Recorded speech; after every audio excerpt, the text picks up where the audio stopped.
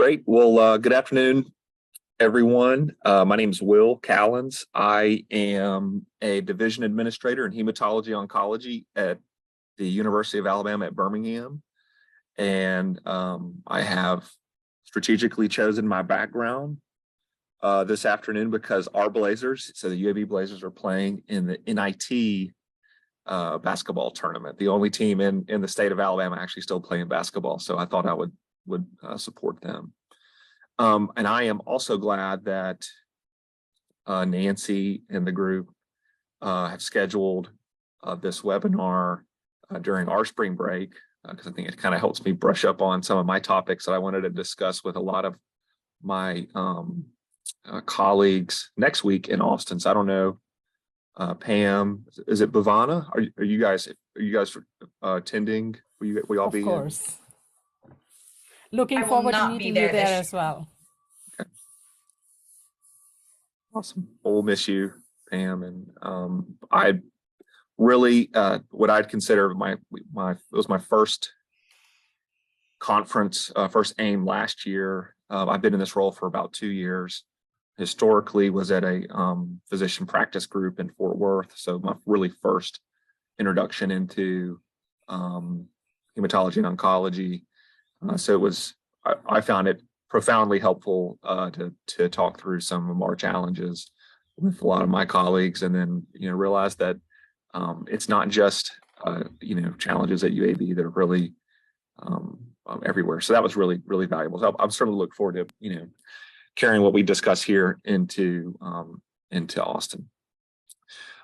I did have a few topics to talk through, and these are things that we are actively working towards. And I'll preface with my role, or at least UAB's division of hematology oncology includes medical oncology, benign heme, or what we call our classic hematology, malignant heme, and then we have a bone marrow and cellular transplant unit therapy group that sits underneath malignant heme, but also has its own program within the hospital. So I had kind of a broad-based topics that I wanted to kind of talk through. The most relevant one, at least for me right now, is in relation to clinical compensation. We are actively going through a redesign of our clinical compensation plan. The health system has sought out support from a consulting firm of ECG, who is helping us, as well as all the other divisions and a handful of other departments, essentially redesign our compensation plan. Historically, our comp plan, which we really called funds flow, was designed very much with a work RVU target, work RVU value related to the work. That work RVU rate changed annually. They've changed this year as well, but there's some other nuances of our comp plan that I wanted to kind of share with you all, mostly related to this kind of CARTS model, which we really haven't formalized until this year.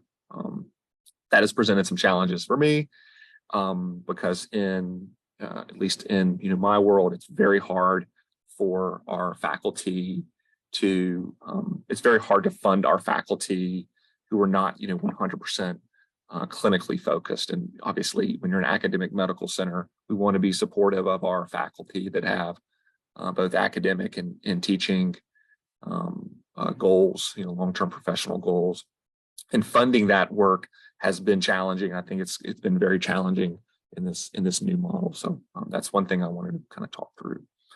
On a similar note, I also wanted to have a discussion about this idea of a clinical FTE and how you all define that from a clinical operations standpoint, because that does drive a lot of what I have found of the funding from our standpoint within this new comp plan.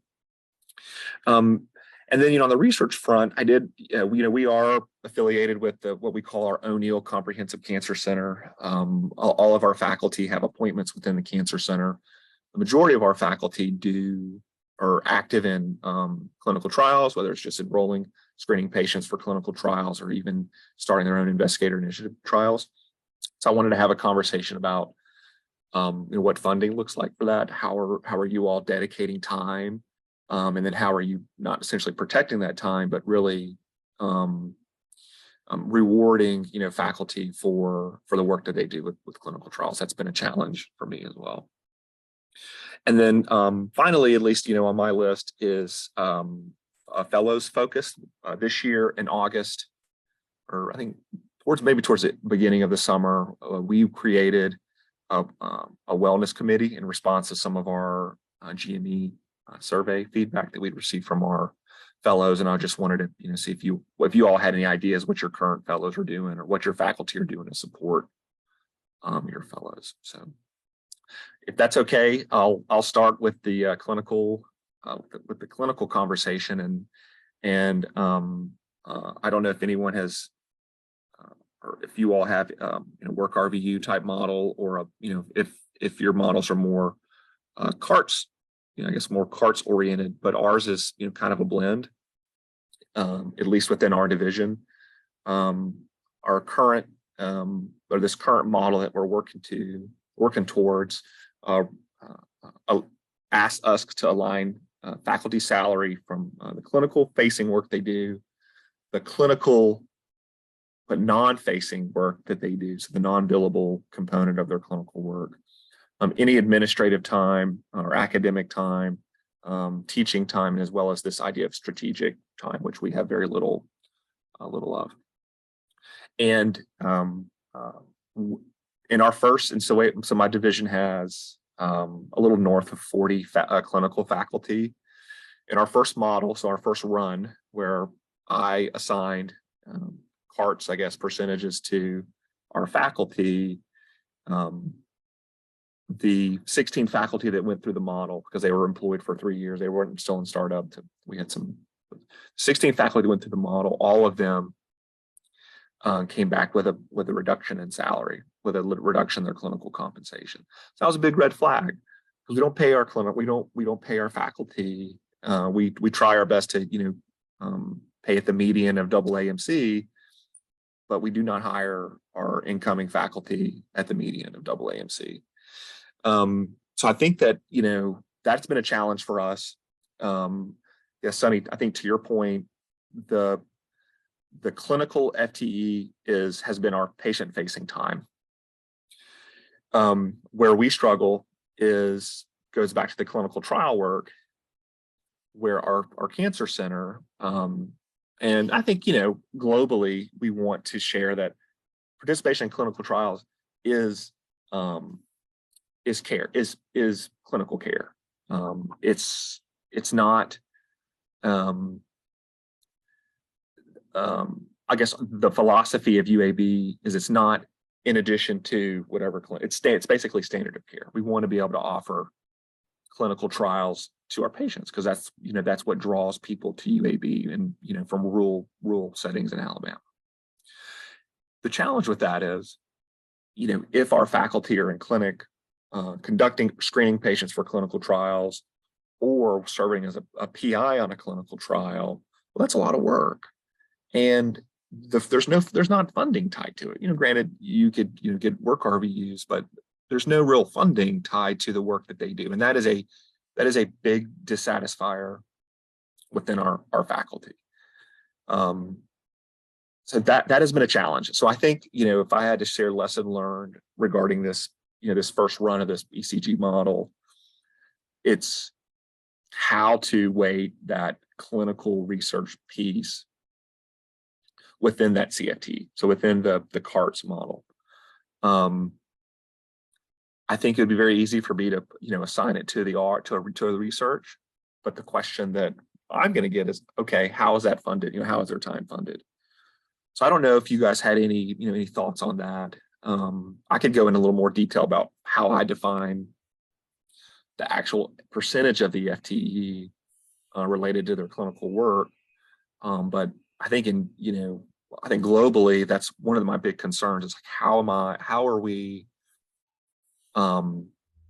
accounting for this non-patient facing time? Because right now it will deliver a deficit. And I guess, my crystal ball is that the practice plan recognizes that. And the response that I guess the division or somebody else is going to have to come up with, what can we do? What value does our faculty add to the hospital? Infusion, there's infusion revenue. Our bone marrow transplant program is very lucrative. These are things that we don't directly benefit from. So there are some discussions on, how do we contract that out? Is it a physician service agreement that we contract out with the hospital? So that has been a big challenge. It was kind of depressing, when we had the first run. So, Yeah. well, well, I mean, all the problems that you talked about, including, having the classical hematologist, which is a non-revenue producing thing, and the WRVU model, and how do we compensate for clinical effort?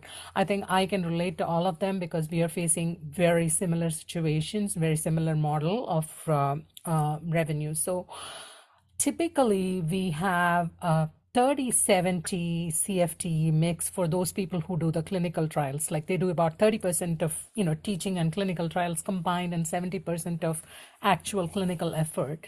And the way we go around, this is for malignant hematologists and oncologists I'm talking about. The way we go about it is like we have the incentive scheme, which has the clinical productivity incentive, since they are covering about 30% of their effort from clinical trials or their own gift funds or drug funds. That creates a clinical incentive for them take home pay more because there is a bonus associated with it. There is also a concept of team bonus that we use because malignant classical hematologists or certain parts of oncologists do not generate as much clinical productivity.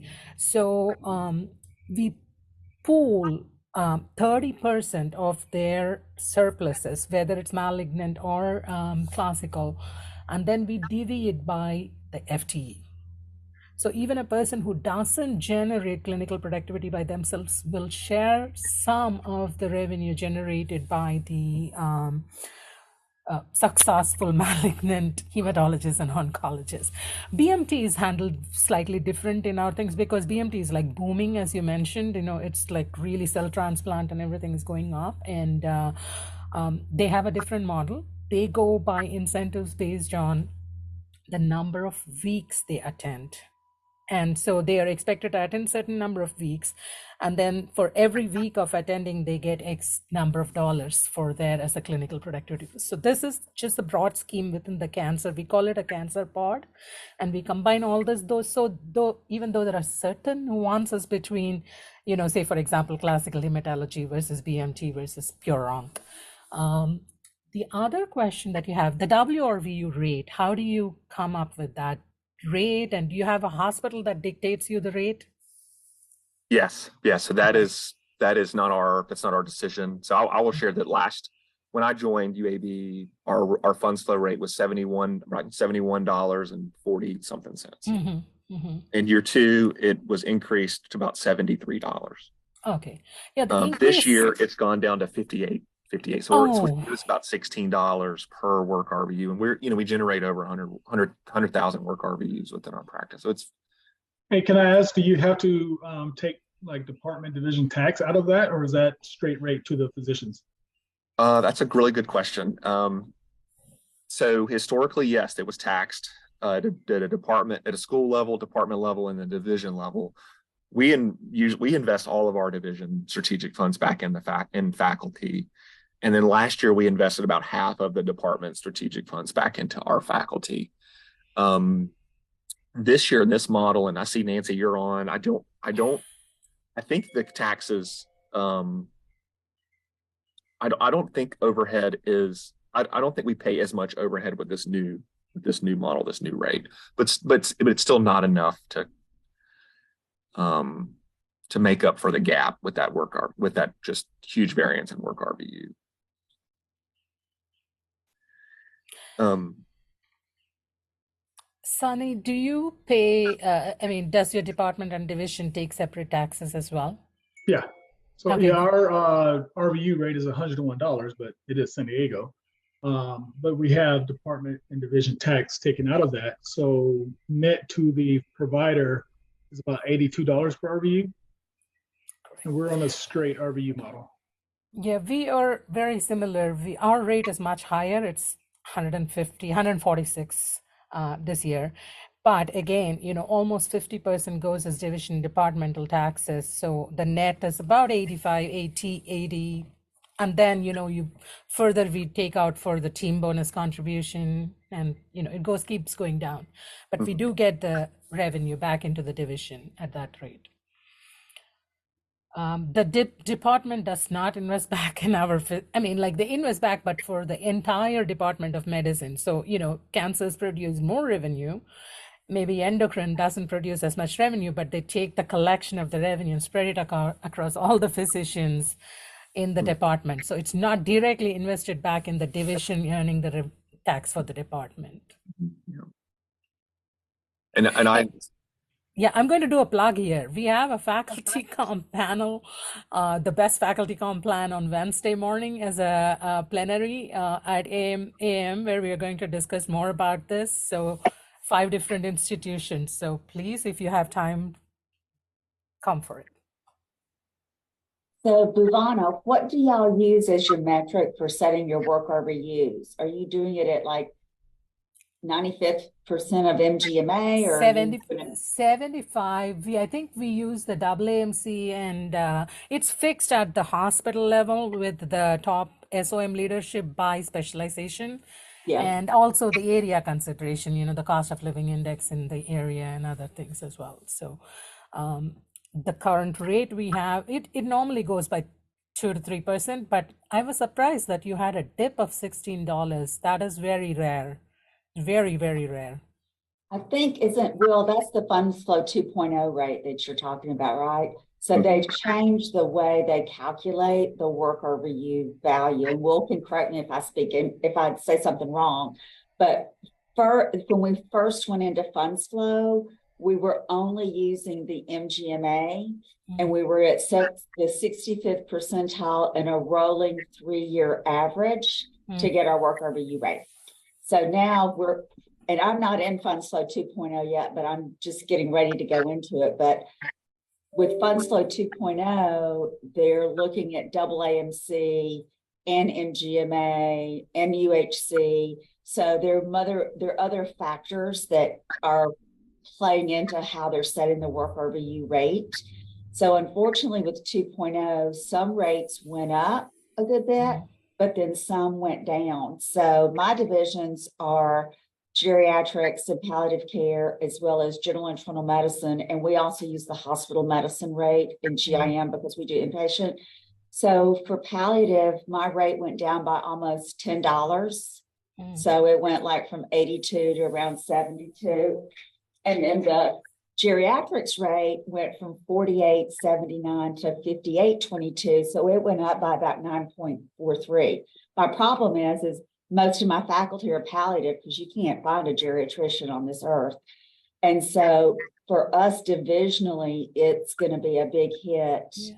And we don't, like Will says at UAB, it's difficult to bring faculty in at median of AAMC for, using table 11 all schools. We just can't get there. And Nancy, I would tell you, I have hospital medicine and had internal medicine, geriatrics, and palliative in the past. You have to go to a straight salary model on them. Those divisions did not work in the RVU model. So those divisions you mentioned are the only divisions in our health system that are not on the RVU model. Oh, so is it a salary based on rank? Some are ranked, but mostly it's just MGMA and regional comps of what is, Are most of your people what percentile do you? Sorry, Nancy, go ahead. That's okay. I was just Sunny. Do they have a high CFTE? So they're spending a lot of time in clinic, either inpatient or ambulatory. Yes, but going back to what Will was talking about earlier with the CART model, we did try that internal medicine, but the only way it worked was that the School of Medicine was providing money for like Medicine 401 for the primary care doctors to take a student and reduce the RVUs, or the physician group reimburse the physician group for their salary and their time for the RVUs they weren't making because they had a student and it slowed them down. That's the only way that CART model worked. And they had very little research, so the R was pretty much eliminated. Sonny, my question was, you said you use the MGMA rate. Do you target a 75 or 60? What percentage do you target? For the salary or for the actual RVUs to budget? The RVUs. Yeah, I actually go on a 12-month rolling. Okay. So I go in their 12-month history for just about everybody. And if it's a new person, I pretty much take the average, so I track how many RVUs per visit is average. And I just say, okay, this person's going to average 6.5 patients a session, 45 weeks a year, and kind of set their target based on that. I mean, sometimes our system wants us to budget to the 50th, but common sense says, hey, 12-month average is pretty much what they're going to do. The other issue that I have is in all these rates, same MGMA or WMC, whatever those are, they do not account for classical hematologists. They put hematology as a whole, and similarly for those nuances. So it's not reflective. Yeah, that's been our big struggle. I like what Yeah. you've done though with the having 30% of the variable comp tied to the FT, because our hematologists spend 3 months in the hospital. They run thrombosis clinics. They do a lot of really valuable work, but they don't touch 4,000 work RVs a year, and they work really hard. They don't touch that at all, the classical hematologists especially. And we have been fighting with the healthcare system to treat them differently. They cannot be judged on the WRVU model because they don't even cover their salaries, honestly. Yeah.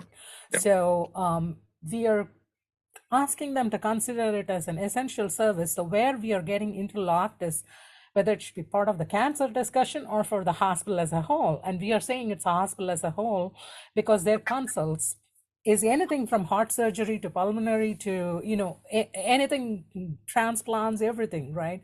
Mm-hmm. But it has not made headway. I've been trying for the last 2 years. I'll add before I'll let, hey, Abby, how are you doing? I'll just share that, when we try to have those conversations with our leadership, they say, what's everybody doing nationally? Because there's no benchmark. What are other people doing? So I think this gives us an opportunity to connect. Well, Stanford's doing it this way. Maybe they'll lean in a little bit. They love Stanford. We haven't gotten to the hematology. Are your heme teams in the same division as BMT? Are they separate? Is your heme team separate from oncology, or how do you work that? Yeah, they all sit under the division. And we have, so we do it by section. So our benign, we have a benign heme section, and we have a sickle cell section. There's some cross coverage, in those areas, but the reality is we have 3 full-time faculty. We have 3 full faculty that are really focused in benign heme, and they run a consult. It's a busy practice. Yeah, so we have those discussions now because BMT is their own division, and we're discussing bringing the heme folks from the hematology oncology to BMT. But of course, like everybody knows, BMTs, their salaries are high and the heme salaries are low, so they want no part of that. But we bring in, do something. We recruit our faculty, our BMT junior faculty will be brought in at the same salary as our benign heme faculty. Yeah.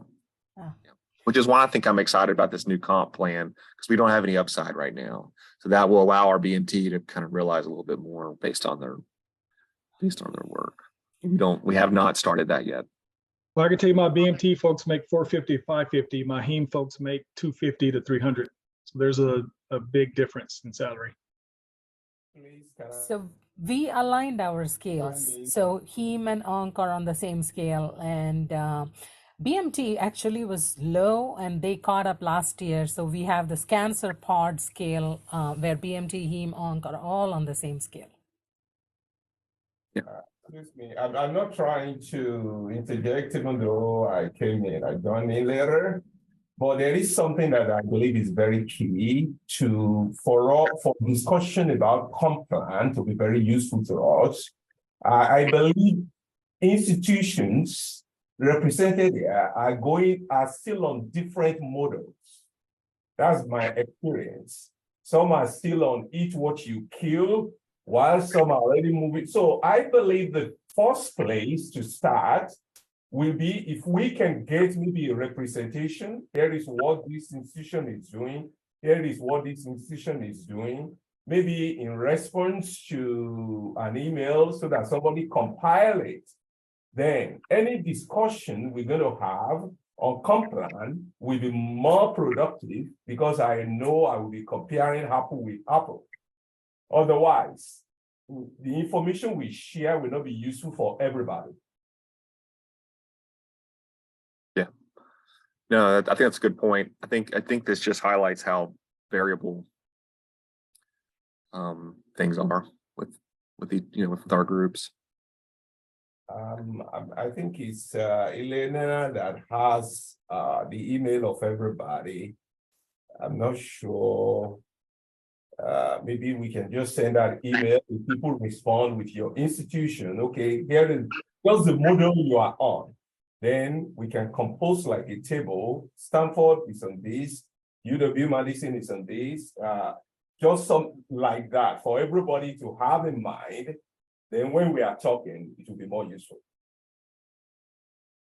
Are you going to Austin? Will you be Yeah, I will be there. I will be there. That's why I couldn't resist putting my hand up, because I know we need that information before we get to Austin and for future purposes.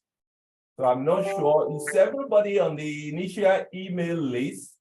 Is Cynthia on the initial email list? I don't think so.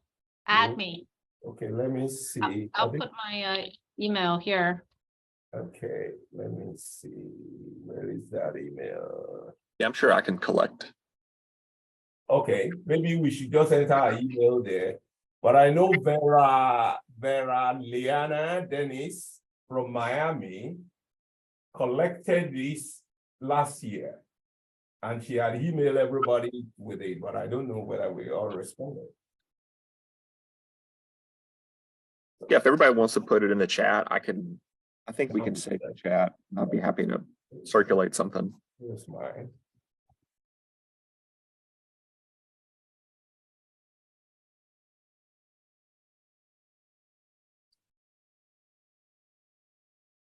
So I am curious, how many people are going to Austin for the conference?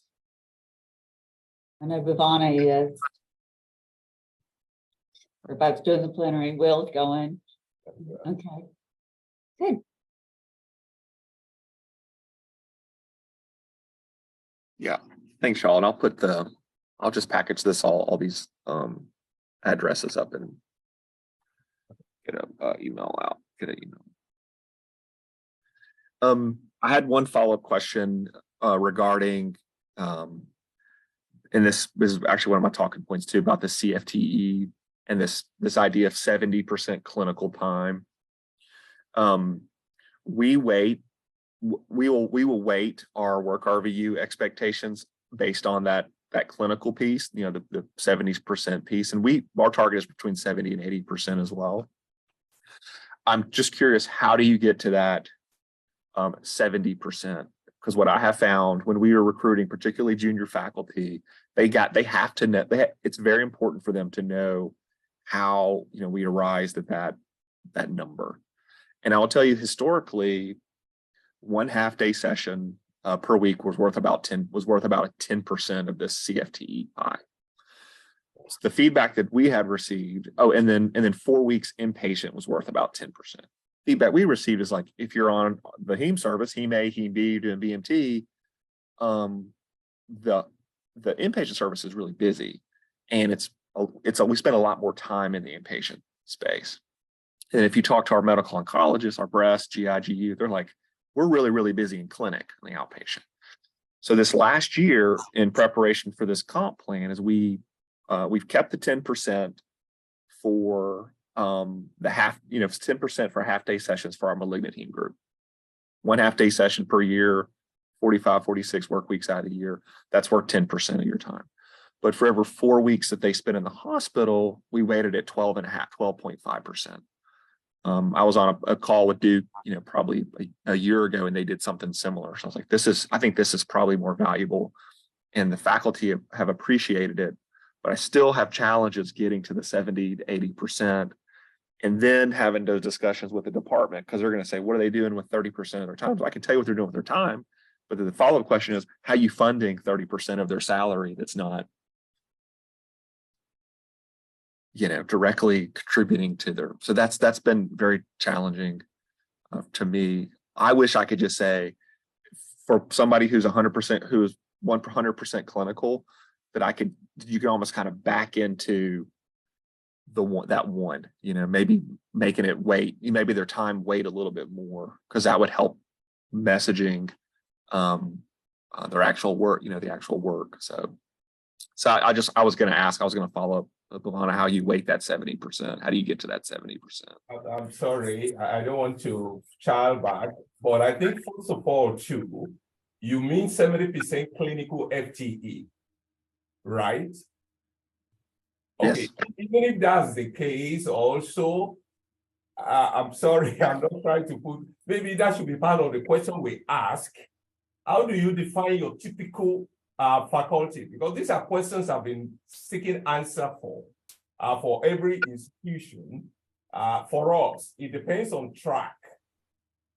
So there may be that kind of differentiation between individual institutions. For us, if you are tenure track, your clinical FTE is different.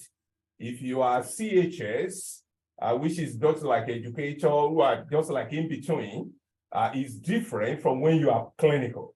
And then how do you guys pass out FTE for admin roles, or maybe admin work, something like that? So I'm thinking that may be also a good question to get a response, and then we compile too. And that will be very useful table for all of us, rather than just us talking here. And then when I get back on my desk, I'm trying to remember what did Will say, what did Cynthia say. But if we have a table that has that, Stanford, they have this track. If you have the box information, if you don't have time to arrange it, somebody else will arrange it in a table. That would be very helpful. To answer your question, I will just give what we have. As I responded to you, I'm sorry. I think Bhuvana wanted to respond first.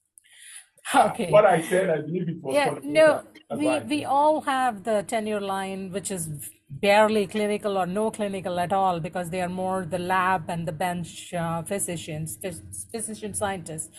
And then we have the university medical line, and that's where the clinical FTE really matters. And then the CEs, which are totally not, most of the time it's full FTE clinical, right? Like the hospital medicine or the, right out of we do have CEs in HEMONC as well, because we do need that kind of physicians to support us as well. It's only becoming tricky, as Will was saying, for the UML line, which is heavily invested in doing clinical trials and clinical research, because that's where my 70-30 proportion comes. Yes, if you really calculate 10% for every half day a week, and the number of weeks they're doing rotation, they barely come up to 55 to 60%. There is a 10 to 15% gap in coverage. But I mean, the division would support that. I think the WRVU revenue they're producing within that 55% of CFTV covers their salaries and even earns them a tiny bit of a reasonable clinical incentive after contribution to the team bonus. For me, there are two calculations for CFTE. One is where I'm covering them clinically. Second, where the hospital gives me an overhead based on their clinical FTE. So that overhead portion, which is like about 80,000 a year per full FTE, but that gets a hit for me the more these faculties start doing clinical trials, because they only cover me 60% of that, and that's like 60,000, and that's not enough to cover the fringe for me that I pay for them on the salaries. So that so far, we are lucky enough to have a cushion in funding in our heme pod, and that's coming. We are using that to cover this. We never run negative so far, but we have made a lot of recruits this last 2 years, and we are planning to recruit more because there is a surge everywhere, and that is going to strain us, especially on the CE part of it, because the surge is mostly met by the CEs. And they will cover their salaries, but there are other initiatives that we need to focus on, like the sickle cell, like the benign hematology. That is not being covered by the funding that they bring, and that probably 4 years down the line, I think we will anticipate more rough times. But right now we have a cushion to deal with it. And we always encourage philanthropy. So, the IITs normally are covered, not even the physician salaries, but the team salaries of the CRCs are normally covered by their gift funding and, any drug fund that they kept from previous clinical trials. I would say a table would be nice, but we don't have that track difference like was mentioned before. I mean, a half-day session is a half-day session regardless of who you are. An inpatient week is an inpatient week regardless of who you are, and that's defined by our health system.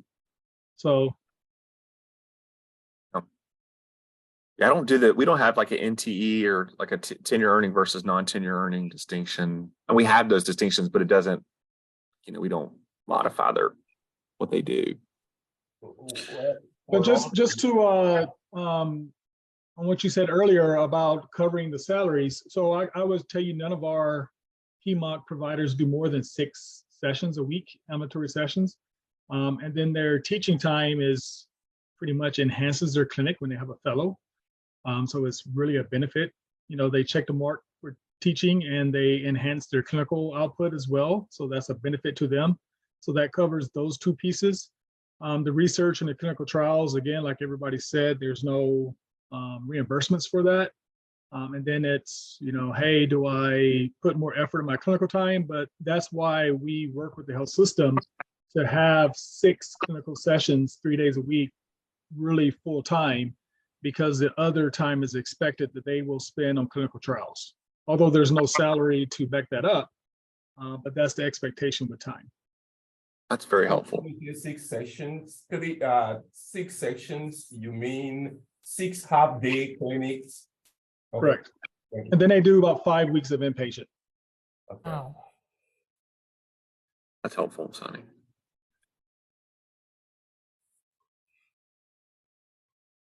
Okay, as I was trying to respond earlier, as is we have 3 different distinct categories: tenure track, CHS, clinical health sciences track, and CT. However, which is why my initial question really is very pertinent to this. Our institution has moved toward, can I say, salary comp model, in which the whole organization takes the revenue, and then there is a formula that everything goes to each department. So, and I think another information that we also need to collect is actually the relationship between the teaching hospital and the hospital itself, between the medical school and the hospital. Because ours are more symmetrical, are more aligned over the past several years. For tenure track, we usually have them at about 30 to 40% clinical FTE. For CHS, between 60 and 70 clinical FTE. And then for clinical, while they are 100%, we usually try to max them or schedule them for 90%. The remaining 10% is meant for documentation, all of that things, completion of so again, a caveat, this is in progress. So this is just like a draft that we are working on. And I know it will be different from other institutions. So I don't have to deal with some of what Bhavana was talking about maybe being running short to meet some people. However, I have to deal with talking to people at the department level, at the organization, to defend every FTE, especially non-clinical FTE, to defend every non-clinical FTE because they are physically supporting it.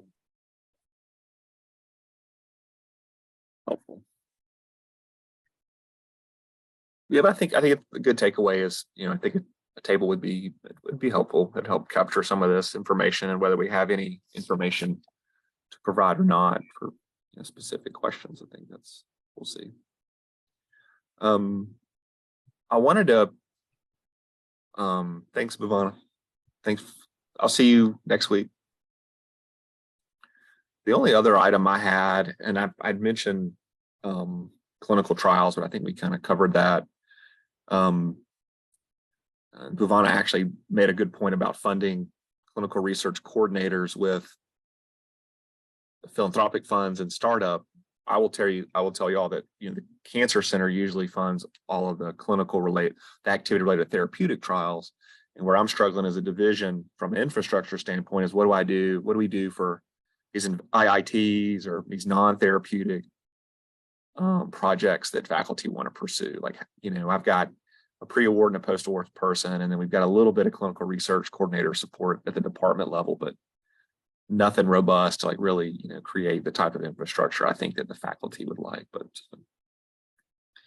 we struggle with that as well. If we ever get out of deficit and have additional funds, we plan to reimburse those with lots of clinical trials or a lot of effort in the area.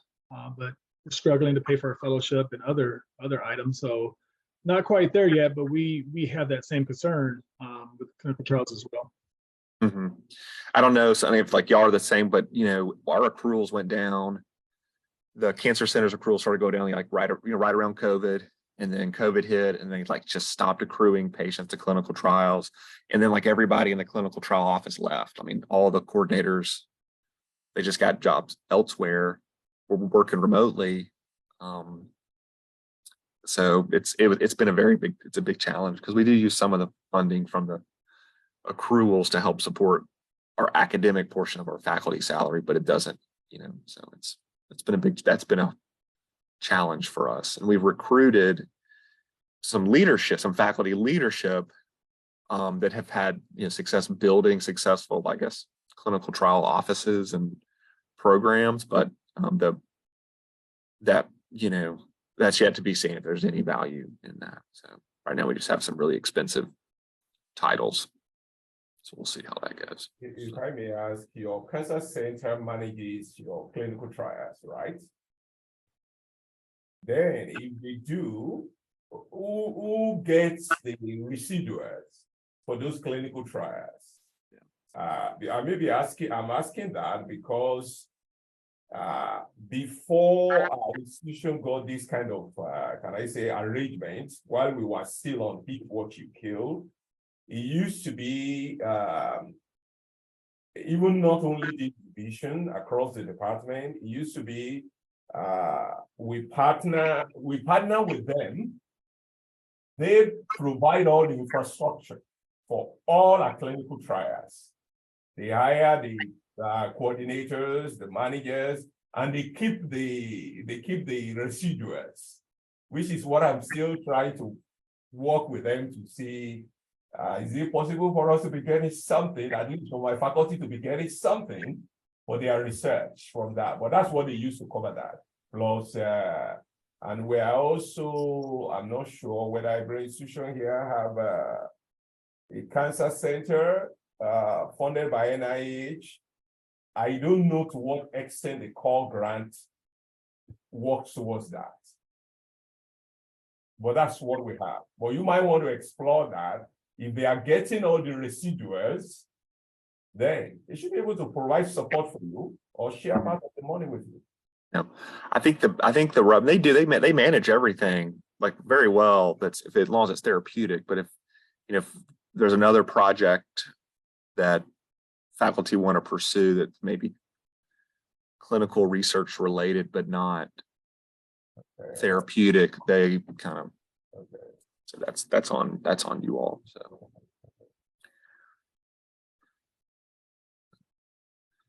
And the only thing other thing I had, and I was actually kind of Googling around to see if this is even a requirement. We created a fellows wellness committee in the summer. I think internally due to some not poor, maybe I would say maybe moderate feedback related to our fellows, the annual survey related to our fellowship. I don't know if anybody's does any of that. I'm kind of removed from the actual committee, but we do support it financially, and we have got dedicated staff that help. It's been I think it's been really good. They meet once a month and usually offsite. So I don't know if anybody has any other experience with fellowship help, fellowship support. I would say having hospital medicine, they have it with the residency program and the fellows, where the surveys are poor and the quality of life and everything's just falling apart and bad. I think maybe a little bit of that is generational. Just, I mean, it is what it is, but you have to respond to the surveys. So again, our wellness program in the Department of Medicine is looking at that overall and kind of seeing what they can do or what can be done. So yeah, it's a problem here as well with our fellowship and our residency program. I found it's very challenging. Learners do not like being on like our inpatient service because people are really, really sick. And if they have to have a difficult conversation, it's even hard. It's just, so I don't know if it's like they didn't like the experience because of the actual work they were doing. Because I know that, I mean, our faculty aren't rude to them, but so that's been very challenging because when you get a bad survey, like especially with ACGME, people stop. They're like, okay, what are we? They really lean in and maybe have some knee-jerk reactions. I mean, I say all that. The wellness committee has been great. Sometimes I do think, to your point, that it could be generational. And before I came to UAB, I was in primary care at a medical group, a physician practice group. It was the largest family medicine residency program in the country. We hired like 9 residents in 1 year, and none of them wanted to be full-time.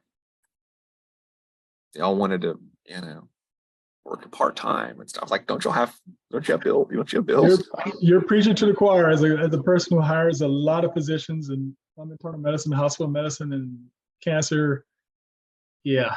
They want to make a lot of money, but they don't want to work a lot.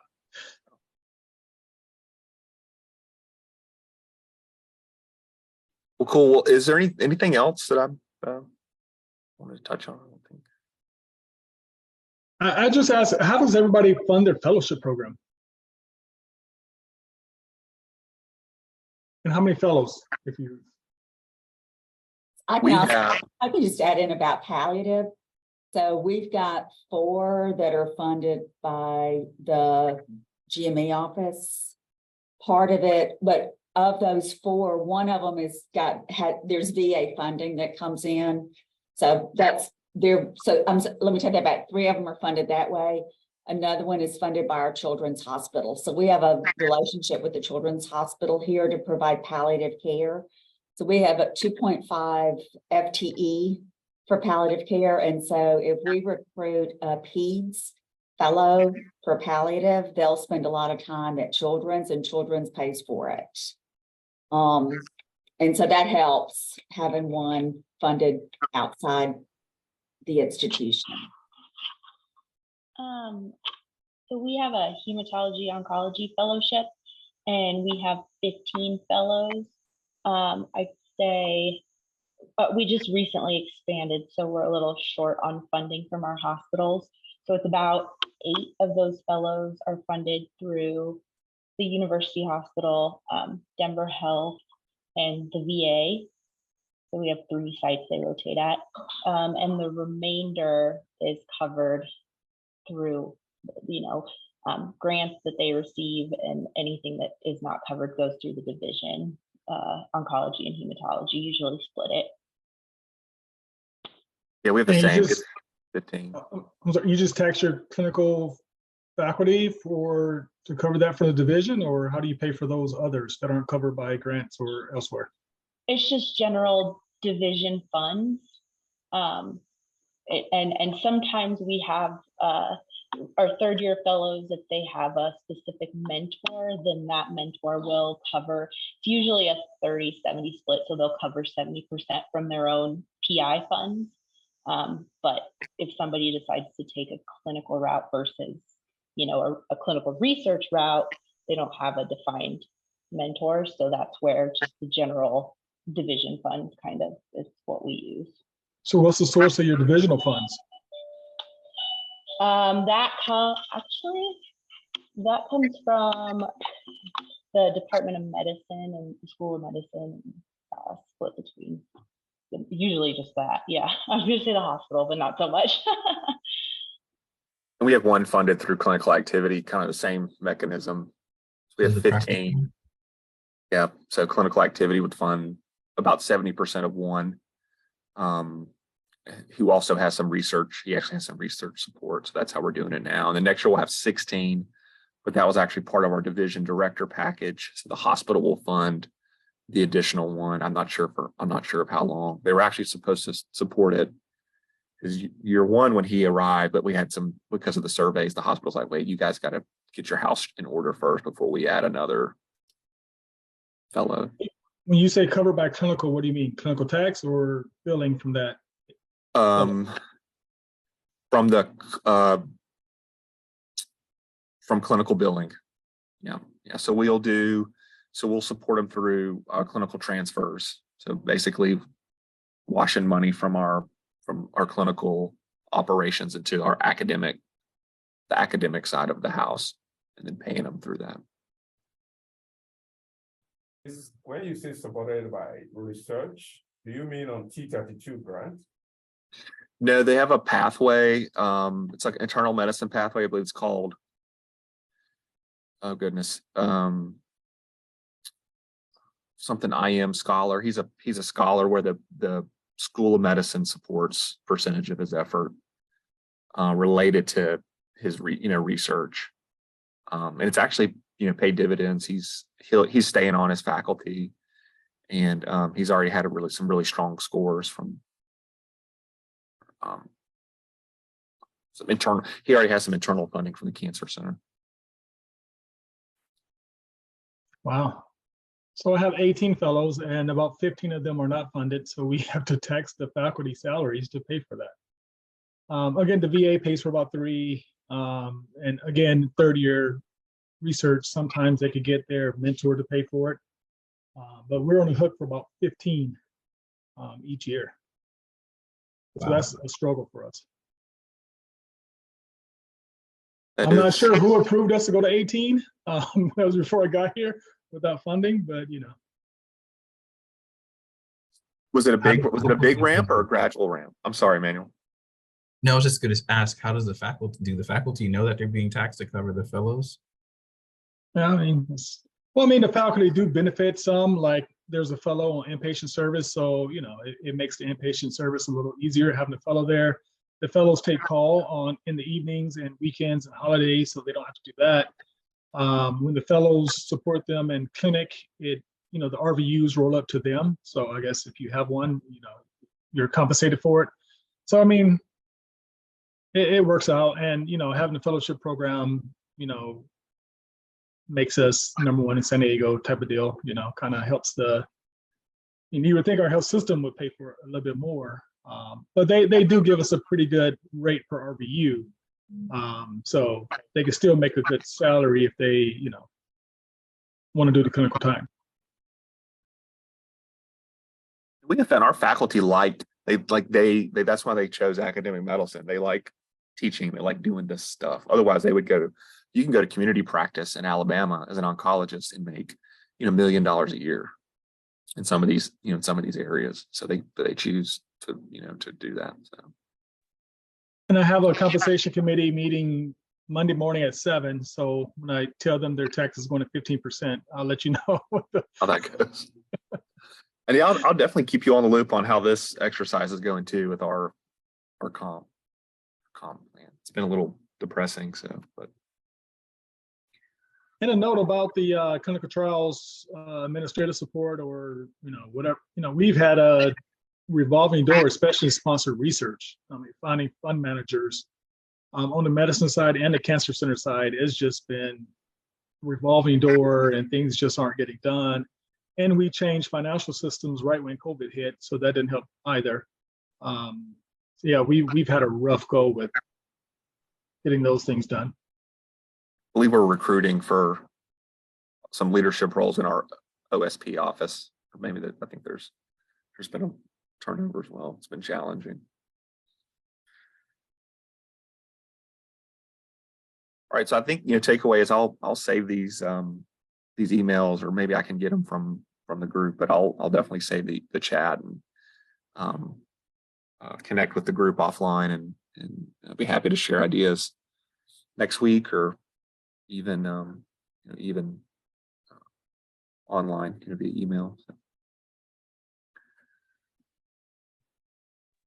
Can I ask, where's everybody from? I see the UAB court in your background. I knew the other lady was from Stanford. I'm from the University of Colorado.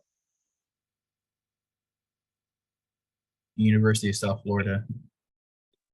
Indiana University. Wisconsin, Madison. Pam, you must work with Tara Casey and Silk Soto. Yep, they're in the department. Yes. Awesome.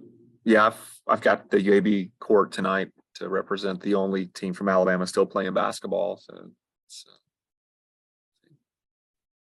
I guess San Diego State is probably really everybody's really excited. It'll be all sunny. Oh yeah. Well, did I just sign off? Nancy, is that how it works? I don't want to. I think so. Sheila, any parting words for us, or we just say goodbye? She may have left. So this is being recorded. I'm assuming it ends up somewhere. Okay. Yeah, you can go back to the AIM website if you want to listen to it, or if you want to listen to any of the other webinars that they've had. The other divisions have also presented webinars. It was nice to meet everybody. Have a good weekend. Take See you care. later, Will. Thank you. Thank you. Thanks. Bye.